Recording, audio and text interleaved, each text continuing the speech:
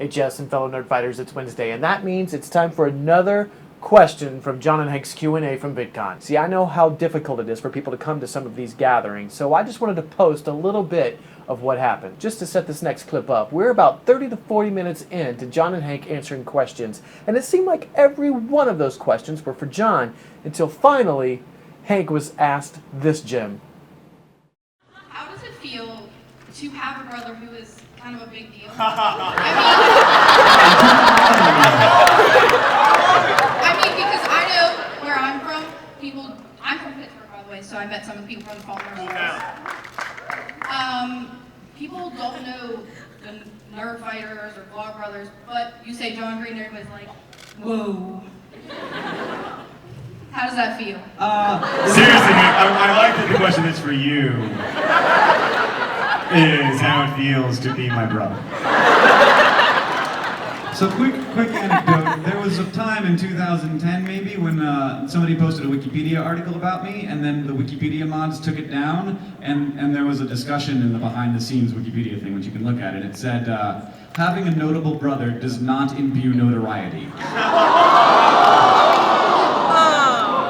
I have my own Wikipedia page now, but that was a bit of a sting. So there's two parts to that. There's one, like the part that you're saying with like does it like sting to not be as like well known as John, and no, not at all. And like fame and notoriety, like being known by lots of people is like not appealing to me. Being like well known by a few people, like respected and understood, is much more appealing. The idea of somebody wanting to get a picture with me and not knowing who I am, but just knowing that the thing that they're getting a picture with is the idea of fame is creepy. Like, I don't want that.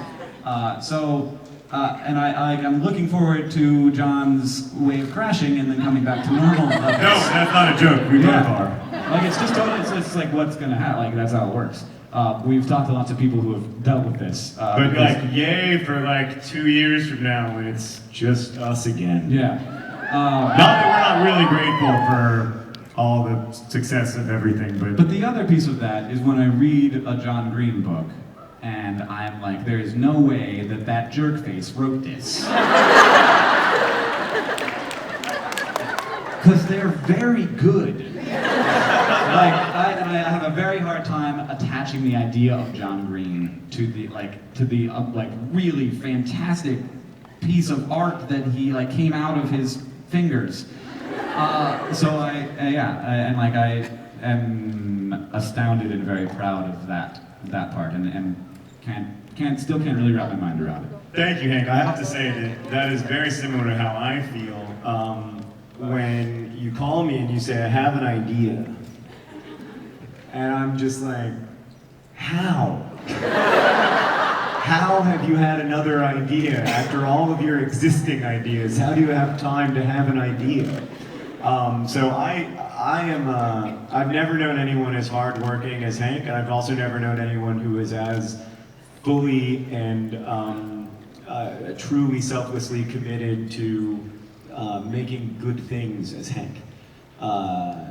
It's amazing. It's an amazing, amazing thing. And I'm always blown away. I mean, I'm blown away by VidCon every year. It's like coming to a wedding, your wedding, but you didn't plan it. You know? So you just show up and everyone's like, hey, congratulations. And you're like, thank you. Yeah, I mean, it's amazing. It's amazing to me what you do, and it seems kind of impossible to me. But I'm very, very grateful that I get to kind of be the tail of the comet on all of these things, because it's really, really special, a lot of the stuff that you do. I also love being your tail, John. Oh, thank you. Thanks. This is getting dangerously close to Esther Day territory. Yeah.